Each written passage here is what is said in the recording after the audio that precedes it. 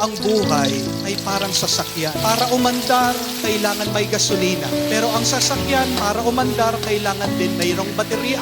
At sa baterya, meron pong dalawang side, meron dalawang pole, meron pong negatibo, meron positibo. Totoo, ang buhay natin, napakaraming negatibo, napakaraming mga masasamang karanasan. Negatibo sa ating financial na buhay, minsan panay kulang ang budget, kahirapan. Negatibo, minsan sa ating relasyon, sa bahay, sa ibang tao, merong nagagalit sa'yo, meron kang kinagagalitan. Minsan wala ka namang ginagawang masama, ginagawa kang masama. Pamilya kayo, minsan hindi kayo magkaintindihan. Negatibo, masamang karanasan. Ganyan din po sa ating pangangatawan, di po ba? Negatibo, tumatanda ka na, nagkakasakit ka na, nangihina ka na. At sa buong mundo, marami pa pong negatibo. Gutom, gera, away, politikal, walang kapayapaan. Totoo, marami pong negatibo.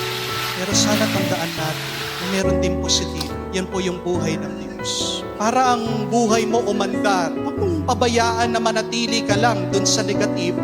Kailangan i-connecta mo ang buhay mong negatibo sa buhay na positibo, sa buhay ng Diyos na puno ng kabutihan, pagmamahal, liwanag at bendisyon. Kasi kung yan lang yung puro nating iniisip, masamang bagay, negatibong bagay, mauubos yung lakas natin. Madidepress po tayo, susuko tayo. Pero tandaan natin, merong paraan. Gaano mang kasama ang iyong karanasan, i-connecta mo sa buhay ng Diyos. Anong paraan? Panalangin. At paano natin inuumpisa ng ating panalangin? Sa ngalan ng Ama, ng Anak, ng Espiritu Santo. Yan yung tanda na kinukonekta mo yung negatibo mong buhay sa positibong buhay ng Diyos. Sa tanda ng krus, sa panalangin.